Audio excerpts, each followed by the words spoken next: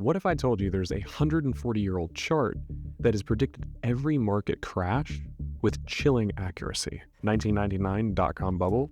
Check. 2008 mortgage-backed securities crisis? Check. Even the most recent COVID-19 scare? Check. Now, the same chart is pointing to something big happening in 2026. Today, we're diving into the Benner cycle, a time-tested predictor of both good times and bad times for investors. And more importantly, we're going to see how this might impact your investments. But I'm also up for a challenge. So even though this is a really accurate chart, I'm going to try and pull from my 10 years of experience in the markets to see if we can't make Benner's chart even more accurate. This is Samuel Benner. In the aftermath of the Civil War, Samuel watched his fortunes unfortunately kind of erode away in the panic of 1873. Determined to figure out what went wrong, Samuel spent years studying the market to see if he couldn't come up with some sort of a pattern. And he did. He identified a pattern that could predict both good times and bad times for investors. What he found became known as the Benner cycle, repeating cycle of panic years, good times, and hard times that he believed would repeat far into the future as it had done in the past. So how does this cycle work?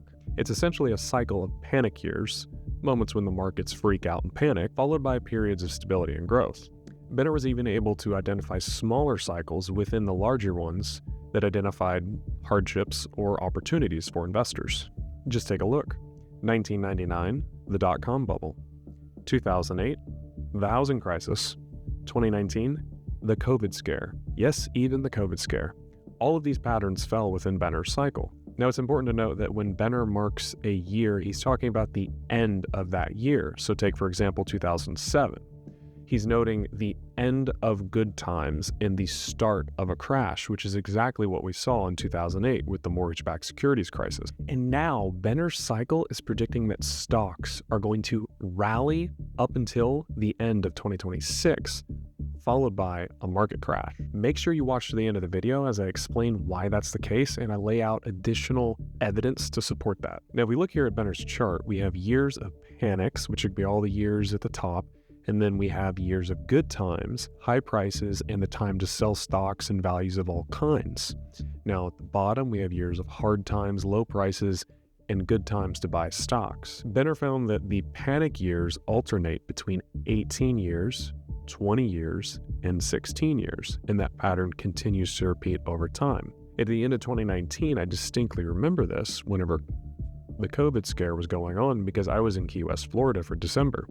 So at the end of 2019, and then the market started moving down, down, down, down, all the way until 2023. Now we are moving up, right? Stocks are rallying, things are looking better, moving into 2026, where 2026 is a good time to sell risk assets of all kinds. We saw the same thing in 2007.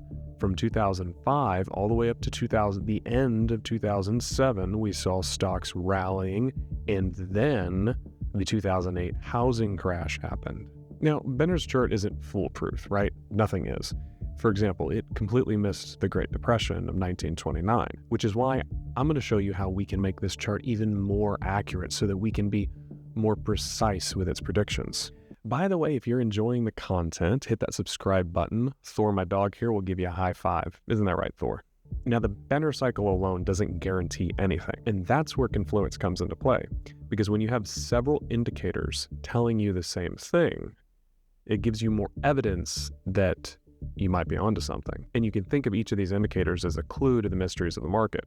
The more clues that we gather, the more confident we can be in our thesis or our assumption. So when indicators like the Benner cycle or the VIX, that's the volatility index, and other indicators all align, it's like stacking up evidence that helps us to determine what the market's going to do next. And the VIX simply just measures volatility. It just shows us how quickly is a stock moving. Typically, whenever the VIX gets kind of crazy, what that signals is fear, because the stocks move down much more quickly than they move up. For example, back in 2007, right before the 2008 mortgage-backed securities crisis, the VIX fell below 15, signaling that the market was unusually calm, almost eerily so, like the calm before a storm. But then in 2007, volatility shot way up. Now, high volatility doesn't necessarily guarantee that the market's going to crash. It simply means that the market's moving very quickly. But usually the market moves down much more quickly than it moves up. So spiking VIX is typically a bearish indicator. Therefore, when we combine the VIX spike with the Benner chart saying that there's going to be a crash in 2008, the odds of a downturn go up exponentially. Now, another key indicator that we can look at is the Fed funds rate. Typically, when the Fed starts to cut interest rates, it means that the economy is not doing very good, because you want to increase the liquidity in the market to help it along. By cutting rates, the Fed makes borrowing money less expensive. And sure enough, in August of 2007, they did just that. Right before the 2008 crash, the Fed slashed interest rates from 5.25% to 4.68%, and they kept cutting.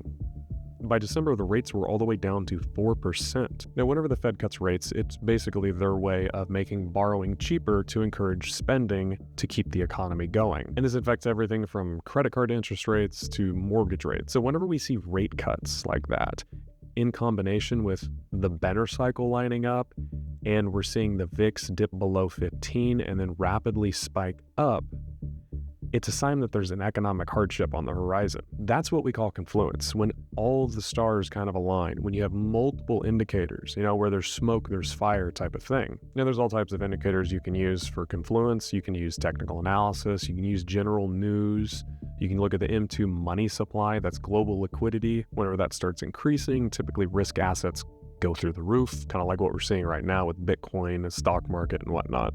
But the main idea I want you to get here is that whenever you're trying to come up with a thesis, right? Whenever you're trying to make a trade or think about something that could be happening in the market, I want you to look for confluence. Even if you're doing technical analysis, you look for confluence. Do you have multiple indicators that are telling you the same thing? I don't just look at something like an EMA crossover and then I say, that's all I need. No, I need a lot of confluence before I'm able to make a decision on a swing trade. Now, according to Benner's chart, we should expect stocks to keep rallying until the end of 2026.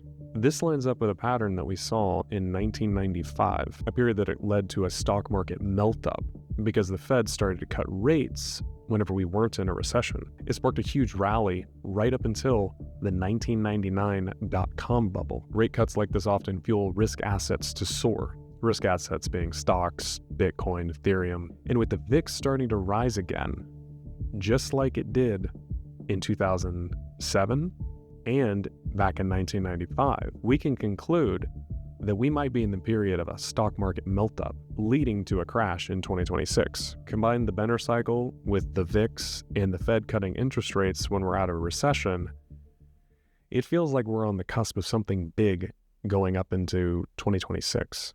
All right, thanks for watching, and until next time, take care.